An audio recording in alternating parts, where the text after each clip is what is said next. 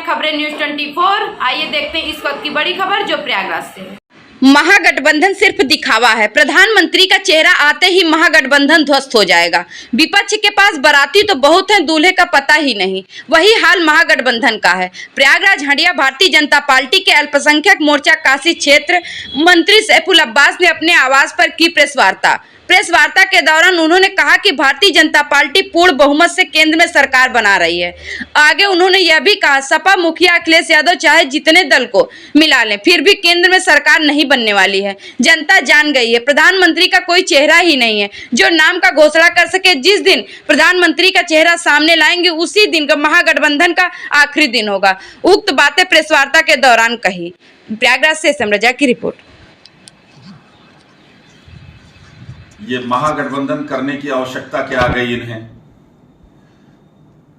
विपक्ष में जितनी भी पार्टियां हैं अपना महारथी होने का दावा पेश करते रहे हमेशा।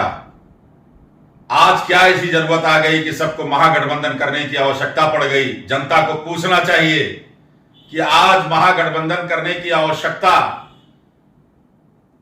आपको कैसे पड़ गई?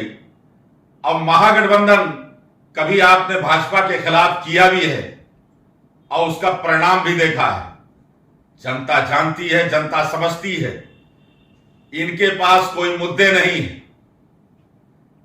इनके पास चुनावी कोई मुद्दे नहीं है कि ये किसी विकासवाद या भ्रष्टाचारवाद का कोई भी मुद्दा ये पेश कर सके। गैर भाजपाई सरकारों में जिस तरीके से भ्रष्टाचार होता था, जिस तरीके से पक्षपात हुआ करता था, पात्रों को अनदेखा किया जाता था, सुशासन की धज्जी उड़ाई जाती थी, लॉ एंड ऑर्डर की धज्जी उड़ाई जाती थी, आज वो सारी चीजें खत्म हो चुकी हैं। पात्र सम्मानित ढंग से सरल भाव में पात्र जनता योजनाओं का लाभ पा रही है और साथ ही साथ सुशासन का आनंद ले रही है और भ्रष्टाचार कोसों दूर है भारतवर्ष से। साहब जी, जैसे कि समाजवादी पार्टी गठबंधन कहते हैं कि उत्तर प्रदेश की 80 लोकसभा हम जीतने जा रहे हैं, वहीं पर नरेंद्र मोदी जी के खिलाफ चुनाव लड़ने वाली शालिनी यादव समाजवादी पार्टी छोड़ के भाजपा में शामिल हो गई हैं।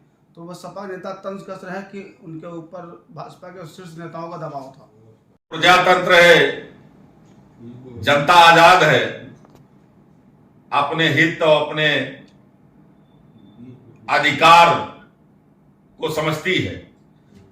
भारतीय जनता पार्टी की नीति, उसकी विकास की शैली और जैसे समता मूलक समाज का दावा किया करते थे, तो भारतीय जनता पार्टी कि सरकार के अंदर समता मूलक समाज भी दिख रहा है कि जिस तरीके से किसी वर्ग, किसी बिरादरी, किसी धर्म का पात्र हो उसे धड़ल्ले से योजनाओं का लाभ मिल रहा है। चौमुखी भारत वर्ष का विकास हो रहा है। इसको देखते हुए विपक्ष के कुछ राष्ट्रवादी मानसिकता के नेता भी अपना दल छोड़ करके भाजपा में विलय कर रहे हैं। तो उसमें क्या तकलीफ है गैर भाजपाई पार्टियों को?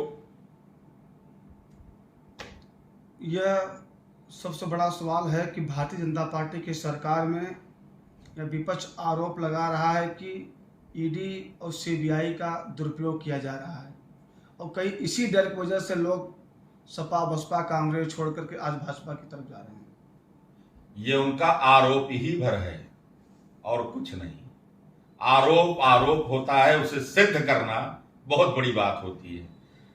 सरकार के प्रशासन का एक अंग है ईडी और क्राइम ब्रांच। तो जहां ईडी की जरूरत पड़ेगी वहां ईडी पहुंचेगी, जहां क्राइम होगा वहां क्राइम ब्रांच पहुंचेगा, इसीलिए बनाया गया है। बाकी रहा सवाल कि विपक्ष के खेमे में ईडी काम कर रही है या क्राइम ब्रांच काम कर रहा है, ये उनका आरोप है। आपके यहां क्राइम ज्यादा होगा, आपके लोग क्राइम में लिप्त ज्यादा होंगे, ईडी को आवश्यकता पड़ती होगी आपका हिसाब लेने की, ईडी जाती है, जाएगी। योगी जी तो कहते हैं कि उत्तर प्रदेश मुक्त है, आप क्राइम की बात कर रहे हैं। वो कह रहे हैं, विपक्ष कह रहा है कि जिस तरीके से कि ईडी का इस्तेमाल किया जा रहा है, आपने कहा कि विपक्ष कह रहा है कि ईडी का और क्राइम ब्रांच का इस्तेमाल किया जा रहा है, तो उन्हें अगर ऐसा लग रहा है तो वो अपने यहां कमियां देखें कि उनके उद्योगपतियों में कमियां होंगी, उनके यहां माफियावाद होगा, तो कहीं इन सब तंत्रों की जरूरत पड़ती होगी। अब बाकी तो हमारे यहाँ क्राइम रेट तो काफी कम हो गया है।